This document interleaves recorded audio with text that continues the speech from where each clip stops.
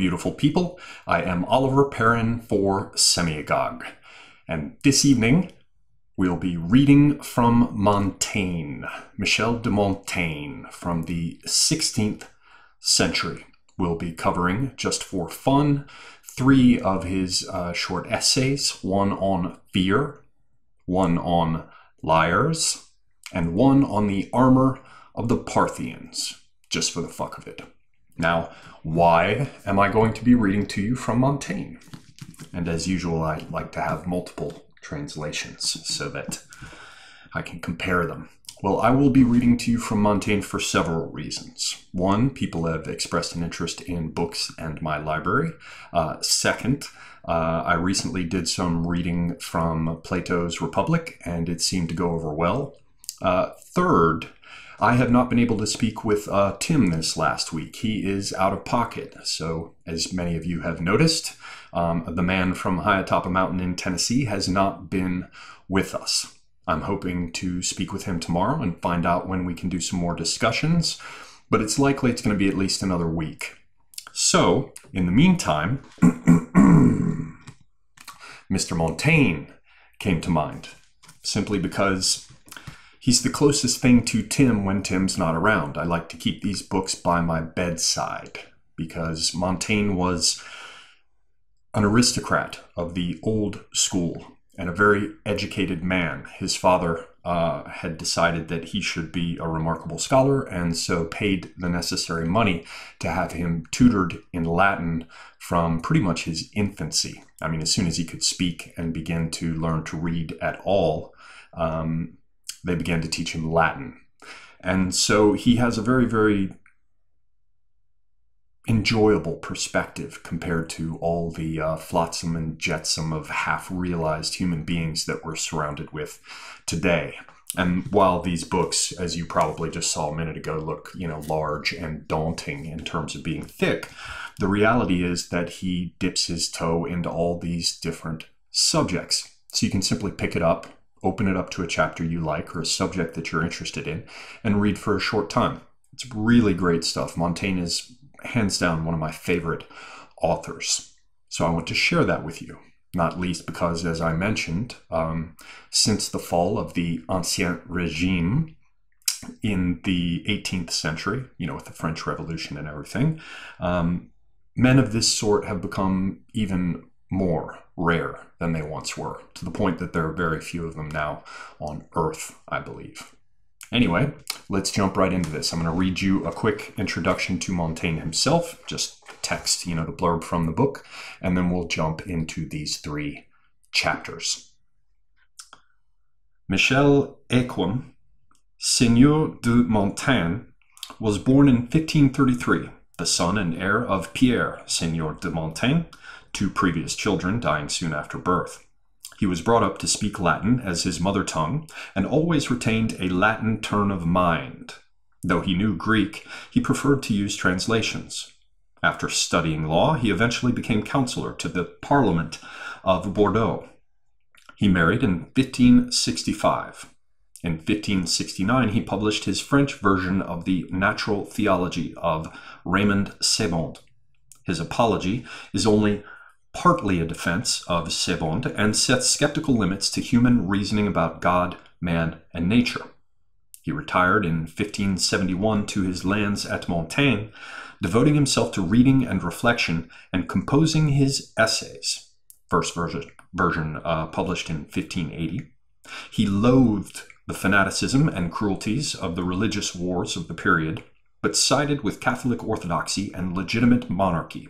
He was twice elected mayor of Bordeaux, 1581 and 1583, a post held for 4 years. He died at Montaigne in 1592 while preparing the final and richest edition of his essays. Now, I thank you for bearing through that long-winded introduction. I hope you will stay with me because Montaigne is a badass. First chapter that we will get a taste of is on liars. This is a note from the editor at the opening of the chapter. Quintilian had said that a liar had better have a good memory. Hence Montaigne's concern with memory before turning to lying, a vice particularly loathed by gentlemen, and which Montaigne would discourage even in diplomats. There is nobody less suited than I am to start talking about memory. I can hardly find a trace of it in myself. I doubt if there is any other memory in the world as grotesquely faulty as mine is. All my other endowments are mean and ordinary, but I think that, where memory is concerned, I am most singular and rare, worthy of both name and reputation. Apart from the natural inconvenience which I suffer because of this, for memory is so necessary that Plato was right to call it a great and mighty goddess. Here he refers to the Greek goddess Mnemosyne. In my part of the world, they actually say a man has no memory to mean that he is stupid. When I complain that my memory is defective, they either correct me or disbelieve me, as though I were accusing myself of being daft. They see no difference between memory and intelligence. That makes my case worse than it is. But they do me wrong. Experience shows us that it is almost the contrary. An outstanding memory is often associated with weak judgment. They also do me another wrong. I am better at friendship than at anything else. Yet the very words used to acknowledge that I have this affliction are taken to signify ingratitude. They judge my affection by my memory, and turn a natural defect into a deliberate one. We begged him to do this, they say, and he has forgotten. He has forgotten his promise. He has forgotten his friends. He never remembered, even for my sake, to say this, to do that, or not to mention something else. I certainly do forget things easily, but I simply do not treat with indifference any charge laid on me by my friends. Let them be satisfied with my misfortune, without turning it into precisely the kind of malice which is the enemy of my natural humor. I find ways of consoling myself. First, by arguing that a poor memory is an evil which has enabled me to correct a worse one which might easily have arisen in me. Ambition.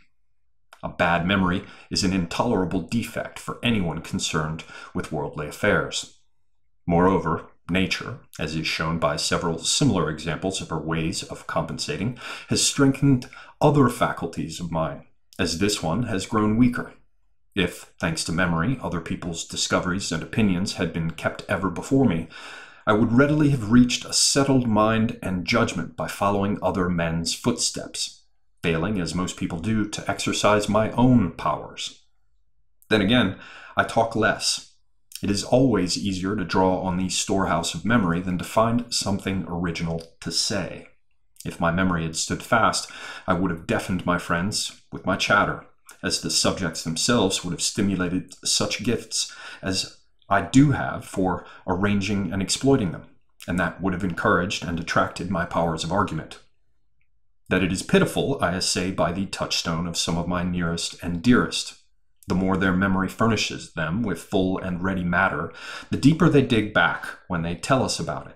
They weigh it down with relevant circumstances, so that even if their story is interesting, they smother the interest. And if it is boring, you are cursing either their good memory or their bad judgment. Once you are off, it's hard to cut it short and stop talking. Advice perhaps I should take. Nothing tells you more about a horse than a pronounced ability to pull up short. I have even known men who can speak pertinently, who want to stop their gallop, but who do not know how to do so. While looking for a way of bringing their hoofs together, they amble on like sick men, dragging out trivialities. Old men are particularly vulnerable. They remember the past, but forget that they have just told you. I have known several amusing tales become boring in one gentleman's mouth. His own people have had their fill of it 100 times already. A second advantage is that, as some ancient writer put it, I remember less any insults received. I would need an official reminder like Darius. In order not to forget an insult suffered at the hands of the Athenians, he made a page intone 3 times in his ear as he sat at table. Remember the Athenians, sire. Books and places which I look at again always welcome me with a fresh, new smile. It is not for nothing that it is said that he who does not feel his memory to be strong enough has no business lying. I am well aware that grammarians make a distinction between to tell an untruth and to lie. They assert that to tell an untruth is to say something false, which one thinks to be true, and that the definition of mentiri, to lie in Latin, the source of mentir in French, implies something like to go against the testimony of one's knowledge, and so only applies to those who speak at variance with what they know. They are the people I am talking about. That kind of person either makes up the whole story or else disguises and pollutes some source of truth. When it is a case of disguising and changing something, you can normally hobble liars by making them tell the same tale several times over. Since the real facts were lodged in their memory first, they make a deep imprint by means of awareness and knowledge. It is hard for those facts not to spring to mind and to dislodge the falsehoods, which cannot gain so settled and firm a footing there.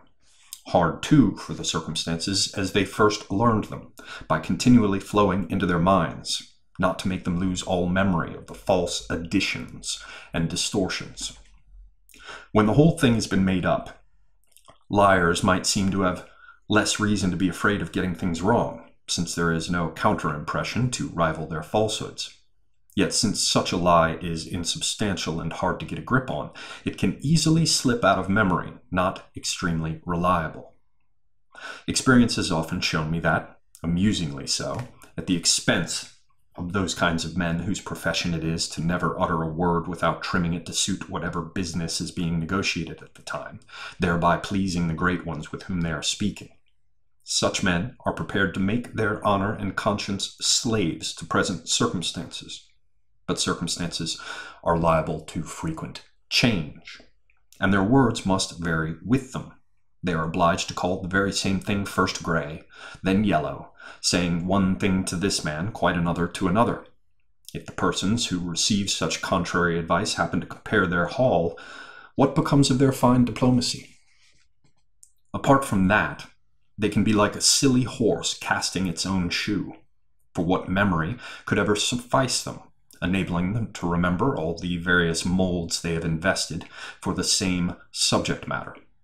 In my time, I have known several men who hankered after a reputation for this fine sort of prudence. They never can see that to have a reputation for it renders it ineffectual. Lying is an accursed vice. It is only our words which bind us together and make us human. If we realize the horror and weight of lying, we would see that it is worthy of the stake, more worthy of the stake than other crimes. I find that people normally waste time quite inappropriately, punishing children for innocent misdemeanors, tormenting them for thoughtless actions which lead nowhere and leave no trace. It seems to me that the only faults which we should vigorously attack as soon as they arise and start to develop are lying, and a little below that, stubbornness. Those faults grow up with the children. Once let the tongue acquire the habit of lying, and it is astonishing how impossible it is to make it give it up.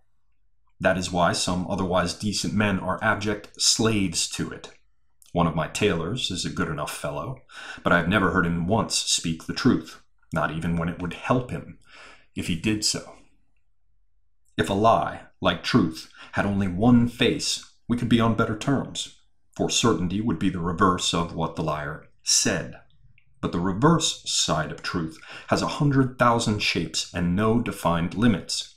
The Pythagoreans make good to be definite and finite. Evil they make indefinite and infinite. Only one flight leads to the bullseye. 1,000 can miss it. I cannot guarantee that I could bring myself to tell a solemn, barefaced lie, even to ward off some obvious and immense danger. One of the old church fathers says that even a dog we do know is better company than a man whose language we do not know. Ut extremis alieno non sit hominis dice, which translates as just as any foreigner is not fully human. How much less companionable than silence is the language of falsehood. Francesco Sforza, the Duke of Milan, had an ambassador, Francesco Taverna, widely renowned for his knowledge of how to yap. King Francis I used to boast how he cornered him like a hare. Taverna's mission was to try and justify his lord to the king's majesty over an action of great consequence, which was as follows. The king wished to maintain some sources of confidential intelligence in Italy, from which he had recently been driven, and especially in the Duchy of Milan. So he decided to keep a reliable man there, close to the Duke and virtually as ambassador, but ostensibly as a private individual who pretended to be in Milan for his own affairs, since the Duke was far more dependent on the Emperor, especially since he was negotiating a marriage contract for his niece, the daughter of the King of Denmark, now Dowager Duchess of Lorraine. Without greatly harming his cause, he could not let it openly be known that he was having any dealings or negotiations with the French. A young Milanese nobleman, one of the king's equerries, was considered the right man for the mission. His name was Merveille. He was dispatched with secret credentials and documents as an ambassador, but for appearance's sake and as a disguise, he also had letters of recommendation to the Duke concerning his, quote, private business. He stayed so long in the ducal court that some knowledge of this reached the emperor, who, we think, was the cause of what soon happened, namely that the Duke arranged to have Merveille beheaded in the middle of the night. He had been charged with some murder or other, and the trial had lasted only a couple of days. Signor Francesco arrived, duly prepared with a long distorted account of this event, for the king had written to all the rulers of Christendom, as well as to the Duke himself, demanding satisfaction. He was granted an audience one morning. He proceeded to lay the foundations of his case, and had drawn up several plausible reasons covering the affair, alleging that his lord had never considered our man Merveille to be anything but a private nobleman, one of his own subjects who had business in Milan, and whose mode of life had suggested nothing else. He particularly denied any knowledge of his being on the establishment of the king's household, or even of his being known to the king, let alone taking him for an ambassador. The king, for his part, plied the ambassador with a variety of questions and objections. He rounded upon him on every side and then cornered him, the point being, why had the execution been carried out secretly, by night? The wretched man, nonplussed but trying to be polite, replied that if such an execution had been carried out in daylight, why, the Duke, out of respect for his majesty, would have been quite upset. We can all imagine how he struggled to get up after coming such a cropper as that, under the very ample nose of Francis I. Pope Julius II sent an ambassador to the King of England to rouse his animosity against King Francis. The ambassador having been heard out, the King of England, in his reply, dwelt on the difficulties he could see in making all the preparations which would be essential if war were to be waged against so mighty a monarch. He cited some of the reasons. The ambassador answered, most inappropriately, that he too had thought of them, and had pointed them out to the Pope. These words were so different from the case he had just put forward, which was to urge the English to go to war immediately, that the King of England began to suspect, what he later found to be actually true, that the private inclinations of the ambassador leant towards the French. The Pope, being informed of this, confiscated his property, and the man all but lost his life. These are the sorts of things that you find in Montaigne, because he was a great man, surrounded and in the company of even greater men, in the rank and hierarchy of human affairs in any case. He had his ears there and open in circumstances that made for great stories later, which are captured in books like this one. So next, on fear. Again, a note from the editor at the outset. Montaigne discusses fear, partly in the light of his own experience in war, partly from exempla. He sees it as often leading to mad, ecstatic behavior. It was indeed to be classed as a case of rapture or of madness, the frightened man being beside himself. It opens with a Latin phrase, Obstupui steteruntque come et vox faucibus haesit. and that apparently translates as, I stood dumb with fear, my hair stood on end, and my voice stuck in my throat. I am not much of a natural philosopher. That is the term they use. I have hardly any idea of the mechanisms by which fear operates in us. But it is a very odd emotion all the same. Doctors say that there is no emotion which more readily ravishes our judgment from its proper seat. I myself have seen many men truly driven out of their minds by fear, and it is certain that, while the fit lasts, fear engenders even in the most staid of men a terrifying confusion. I leave aside simple folk for whom fear sometimes conjures up visions of their great-grandsires rising out of their graves still wrapped in their shrouds, or else of chimeras, werewolves, or goblins. But even among soldiers, where fear ought to be able to find very little room, how many times have I seen it change a flock of sheep into a squadron of knights in armor, reeds or bulrushes into men-at-arms and lancers, our friends into enemies, a white cross into a red one.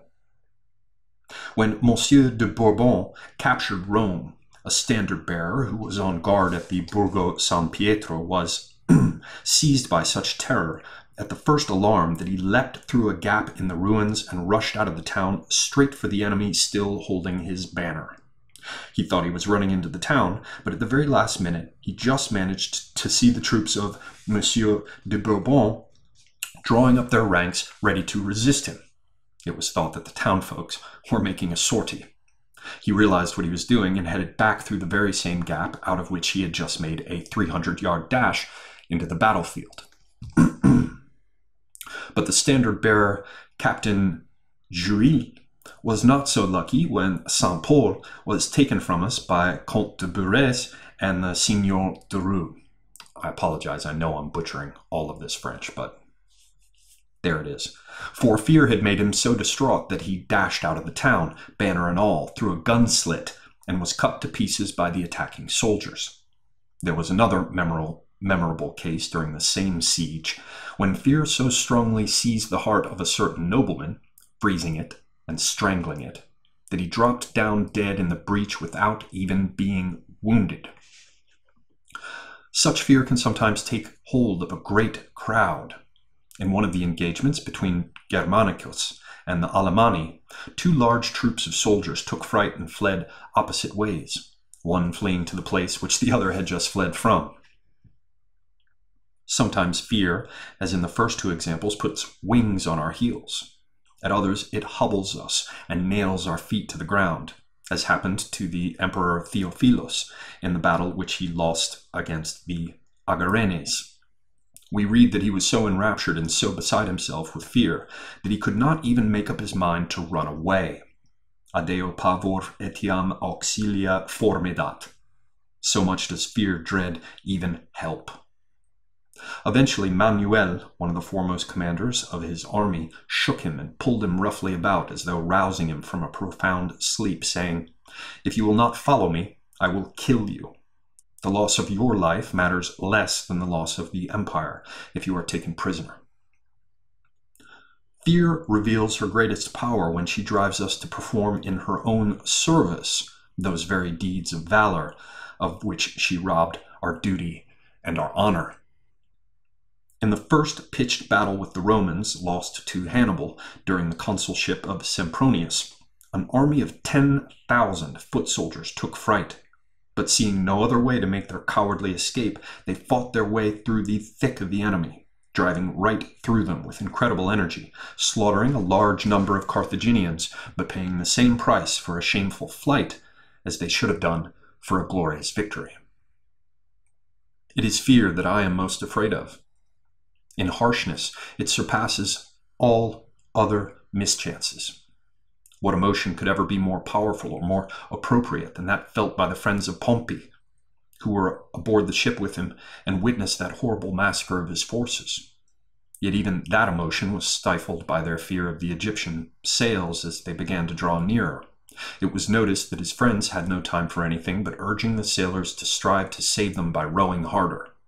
But after they touched land at Tyre, they Their fear left them, and they were free to turn their thoughts to the losses they had just suffered, and to give rein to those tears and lamentations which the stronger emotion of fear had kept in abeyance. Tum pavor sapientiam omnem mihi ex animo expectorat. Then fear banishes all wisdom from my heart. Men who have suffered a good mauling in a military engagement, all wounded and bloody as they are, and bear in mind as I read this that Montaigne had served his king in war, so he knew what he was talking about. Men who have suffered a good mauling in a military engagement, all wounded and bloody as they are, can be brought back to the attack the following day. But men who have tasted real fear cannot be brought even to look at the enemy again. People with a pressing fear of losing their property or being driven into exile or enslaved also lose all desire to eat, drink, or sleep, whereas those who are actually impoverished, banished, or enslaved often enjoy life as much as anyone else. And many people, unable to withstand the stabbing pains of fear, have hanged themselves, drowned themselves, or jumped to their deaths, showing us that fear is even more importunate and unbearable than death. The Greeks acknowledged another species of fear over and above that fear caused when our reason is distraught. It comes, they say, from some celestial impulsion, without any apparent cause. Whole peoples have been seized by it, as well as whole armies. Just such a fear brought wondrous desolation to Carthage. Nothing was heard but shouts and terrified voices. People were seen dashing out of their homes as if the alarm had been sounded. They began attacking, wounding, and killing each other, as though they took each other for enemies come to occupy their city. All was disorder and tumult until they had calmed the anger of their gods with prayer and sacrifice. Such outbursts are called panic terrors. And we have one last one, as I mentioned. This one is just because I love it. Many of the discussions in this book are on the oddest things. There's one that I won't read to you, but it's about, he's talking about his friend who's about to sleep with this woman, I think, on his wedding night, and he's terrified that he won't be able to get it up, and that it's, it's going to be a dangling knot. And so he comes to Montaigne and asks him what to do, and Montaigne gives him this amulet, and he knows it's fake, but the guy, with his spirits raised by the idea that magic will help him, goes in and, overcomes his performance anxiety. This book is badass. Anyway, the last of them is on the armor of the Parthians. Again, a note from the editor. French knights, thinking more of protecting their bodies than going over to the attack, wore increasingly heavy plate armor. Montaigne had little trust in armor, not least when worn by men out of training. The vile and thoroughly enervating practice of our noblemen today is never to don their armor until the very last second when absolutely necessary, and to throw it off as soon as there is the slightest sign of the danger being passed. This results in chaos. What with everyone rushing about calling for his armor at the moment of the attack, some are still lacing up their breastplates after their companions have already been routed. Our forebears used to have their helmets, lances, and gauntlets carried for them, but kept on the rest of their armor until they had finished their stint. Our cavalry units are in confusion and disorder, all mixed up together with the baggage train and the batmen who cannot go far from their officers because they're carrying their armor for them. Livy was talking of our soldiers when he said, "Intolerantissima labores corpora vix arma humeris gerebant." Their bodies being utterly incapable of toil, their shoulders can hardly bear the weight of their armor.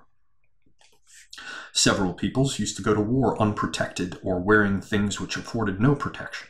They still do. Tegmina queis capitum ruptus de subere cortex, with helmets made of cork stripped from the tree. Alexander, the most daring captain ever, rarely wore armor, and those among us who despise it do not much weaken their bargaining power. Although we do see a man killed occasionally for want of armor, We hardly find fewer who were killed because they were encumbered by it, slowed down by its weight, rubbed sore or worn out by it, struck by a blow glancing off it, or in some other way. It would seem, indeed, given the weight and thickness of our armor, that we have no thought of anything but defending ourselves, and that we are not so much covered as laden with it.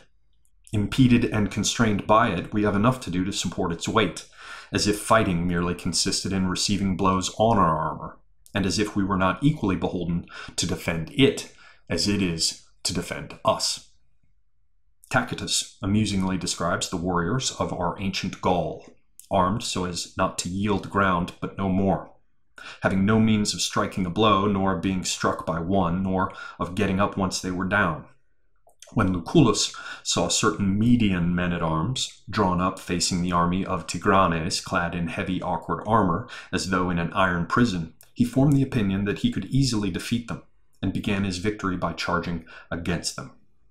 And now that our musketeers are so highly prized, I think that we will discover some new invention to wall us up against them, making us drag ourselves off to war enclosed in little forts, such as those which the ancients made their elephants carry. Almost as though Mr. Montaigne has foreseen the appearance of the modern tank. Such a humor is far removed from that of Scipio the Younger, who harshly rebuked his soldiers for having sown spiked cavalry traps under water at the spot where the inhabitants of the town under siege could make sorties against him through the moat.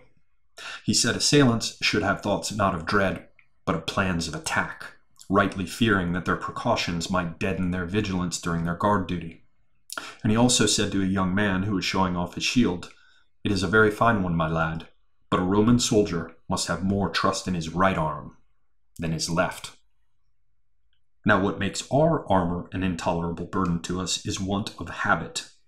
And here follows something in Italian. I won't read all of it. I'll just read you the translation. "The two warriors of whom I sing, both were clad in hauberks with helmets on their heads. Since entering their redoubt, they had never taken them off, night or day, wearing them as easily as their clothing, so accustomed had they grown to them." And the Emperor Caracalla marched in full armor through the countryside at the head of his troops.